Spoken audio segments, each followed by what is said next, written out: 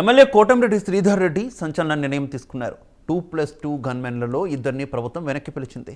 దీంతో మరో ఇద్దరు గన్మెన్లు కూడా తనకొద్దంటూ గౌరవప్రదంగా వెనక్కి ఇచ్చేస్తున్నా అన్నారు కోటంరెడ్డి.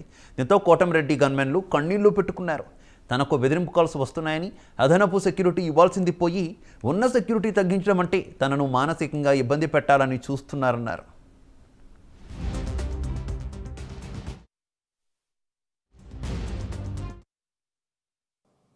ధనుంజయ యాదవ్ గన్మనే కాదు, వ్యక్తిగతంగా ఇష్టమైన వ్యక్తి. అదేవిధంగా రమేష్ మరో గన్మెన్ నాకు ఇష్టమైన వ్యక్తి. వాళ్ళిద్దరిని కూడా ప్రభుత్వానికి అప్పచెప్తూ ఉన్నా. మళ్ళీ ప్రజల పక్షాన మాట్లాడుతూనే ఉంటా. ఎందాకైనా మాట్లాడుతా. ఈ ప్రజల పక్షాన ఎంత దూరమైన వెళతా. దాంట్లో రెండో ఆలోచన లేదు. ఇదేదో సినిమా డైలాగులు అనుకోవద్దు. తగ్గేదేలా